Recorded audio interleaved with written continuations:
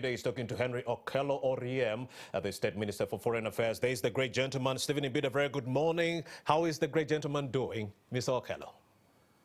Yes, good morning to you. I've been chatting with him for the last 20 minutes here. Yes. He's doing great. He's a Indeed. man who is almost having a permanent seat at the Foreign Affairs Ministry. Honorable Henry Okello Oryem, good morning to you, sir. Good morning. How are you doing? Very well. It's nice having you here again Thank in you. Bugolobi. And get your perspective, how Kampala is reacting to issues that are happening across Africa, and of course on the international scene. We've seen just in Afghanistan, the running battles, people running for their dear lives. I remember in June last year, I was at Entebbe. I saw Egypt Air touching down on the ground, and I saw at least over 130 Ugandans getting out of the plane. And these were Ugandans coming from Afghanistan, because we were stranded there due to COVID-19. But now, with the recent fighting, America pulling out, are we still having Ugandans who are still stranded in Afghanistan? Well, the situation in Afghanistan at the moment is very volatile. And it is a moving situation, quickly moving and quickly changing situation. And there is no one single country, or even the United States of America, who can put talk for sure what will happen tomorrow in Afghanistan. They came up with earlier predictions that it will take them about 2 months or 3 months for the Taliban to reach Kabul, but that has turned out to be false, and the Taliban has overrun Kabul in a very short time. We, as government of Uganda, are monitoring the situation very closely. We're working closely with our other allies, including the United States of America, the Europeans, who have contact and embassies there, to make sure that we try and get the feeling of what's happening on the ground firsthand. Unfortunately, Ugandans who have gone to Afghanistan this time round, following the evacuation that we did last year, as usual, have not informed us of their presence in Afghanistan. So you don't know the number? We do not know who is in Afghanistan. We don't know the number of people in Afghanistan. We don't know where they're in Afghanistan. And we even do not know what their names are. But you're sure that they're Ugandans? But we are sure, because we hear from friends and relatives that they have people in the security sector. We have girls who are working in Afghanistan, and we have people who are working in different sectors in Afghanistan. But unfortunately, this is what is very unfortunate. And I keep repeating this.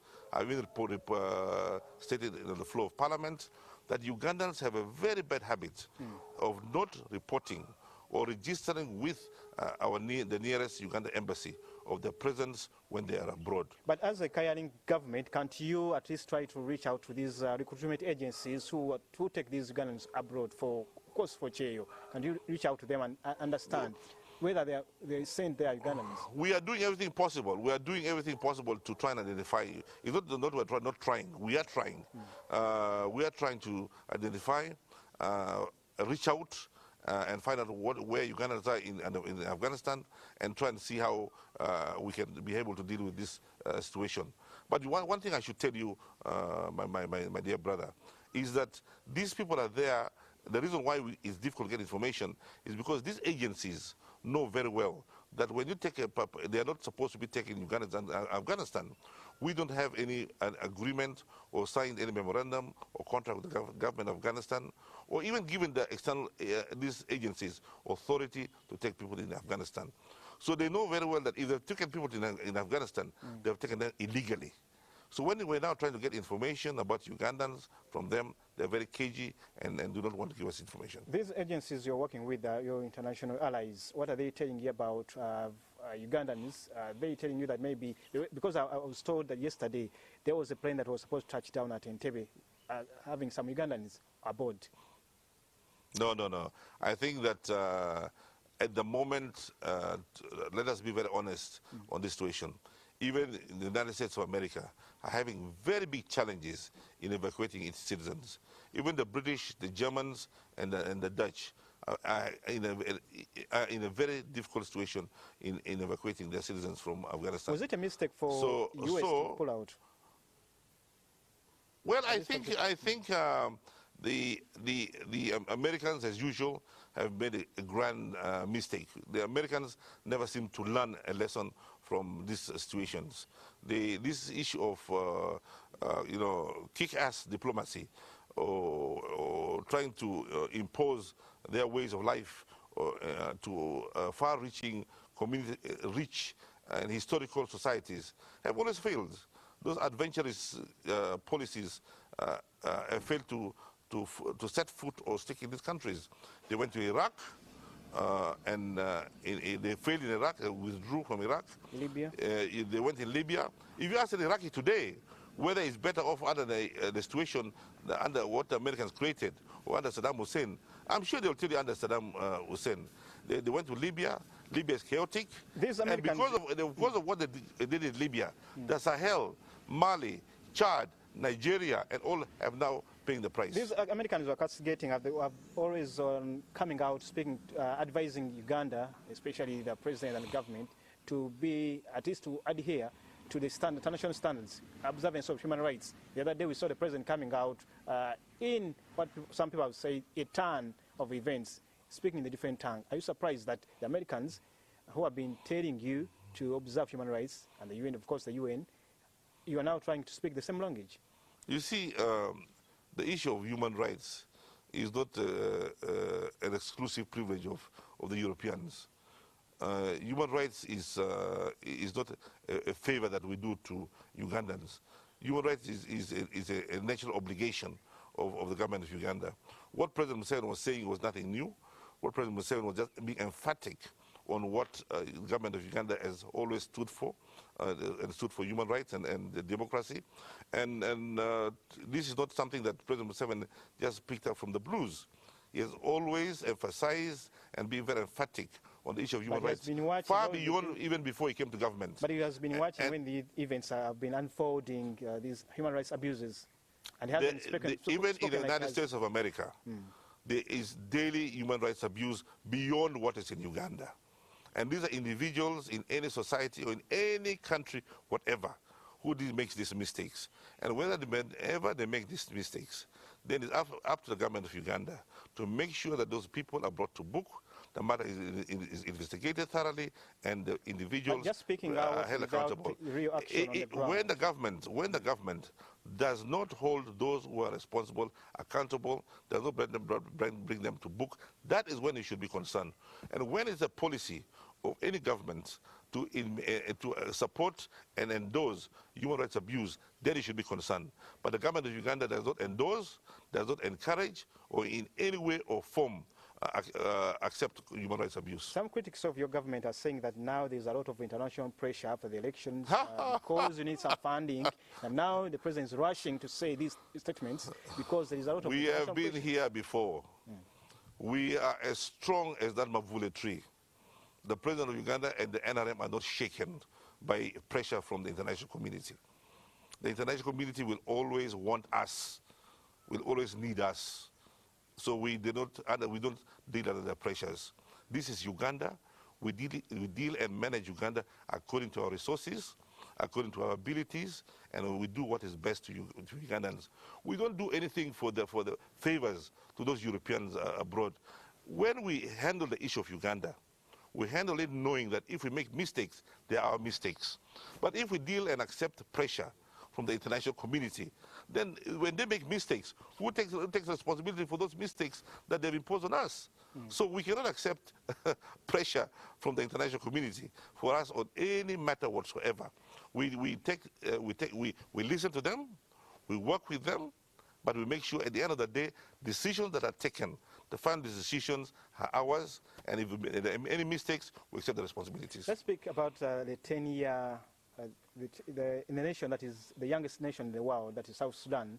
It's now 10 years after it got its independence. But now whatever we see coming out of South Sudan seems to be taking the country, the people, back to the days of confusion, days of conflict. Just the other day, I think yesterday, 5 Ugandans were killed in South Sudan.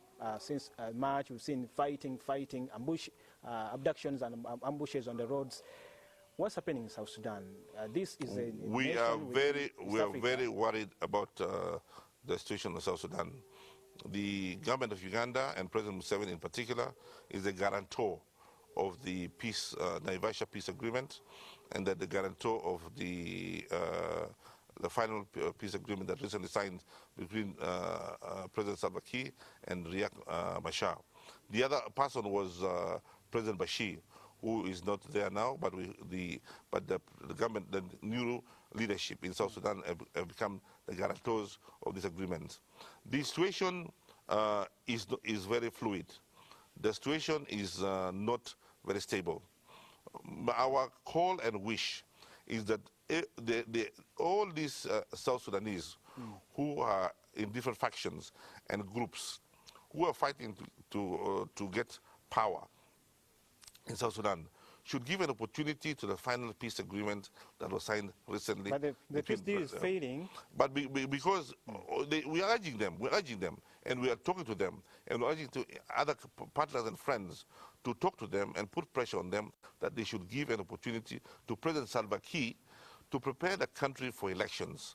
And what the outcome of elections should then be respected by all parties. And it's only then that we can have peace in South Sudan. Maybe finally, let's speak about Zambia. Your friend Edgar Lungu has been here 3 times at least on official visits. He is on the way back to his country home. And of course, he has accepted defeat. Yeah. What does this speak about democracy and your friend as Zambia? Yeah. Well, I feel sorry for President Lungu, who is and still remains my personal friend. I have the biggest admiration for him. I salute him for what he has done in conceding to defeat to his opponent. I really salute him for doing that. That is something which is un-African. That is something which everybody should applaud and respect. And we wish Zambia all the very best under the new leadership. And we think that the manner in which President Lungu has agreed your cooperation with Haikande will continue? Will continue, definitely. Okay. Will continue. Ugandans will skin me if I don't ask you, because 2 weeks ago you promised them that Lumbuye, Fred Kajubi Lumbuye, was on board, and up to now they haven't seen him. Yeah. Where is Lumbuye? Lumbuye is alive. As far as I know, Lumbuye, these people should not be worried about Lumbuye, and the relevant authorities who have Lumbuye will at the right time be able to bring Lumbuye in public and bring him before the court of law. I don't think that Lumbuye should be made a martyr or should be made somebody who is so important as a film star. And Lumbuye's human rights are being respected absolutely wherever he is, I am sure. So there's nothing for people to worry about Lumbuye. People should go around trying to look for their survival. They should work hard to look after their family, and they should work hard to make sure that their household income increases, and they should not worry about Lumbuye. There are many more things in Uganda which is more important for yourself and your family than to worry about Lumbuye. Thank you, Honorable Henry Oryem, the Minister for International Relations in the Ministry of Foreign Affairs. I've been with him here at his home in Bugorobi, of course, speaking about issues pertaining our country, our relations with other countries. And now I have to hand you back to Romeo Busiku in the studios. Stephen Mbidon Fefeso Chibuga, I'm out for now. The State Minister for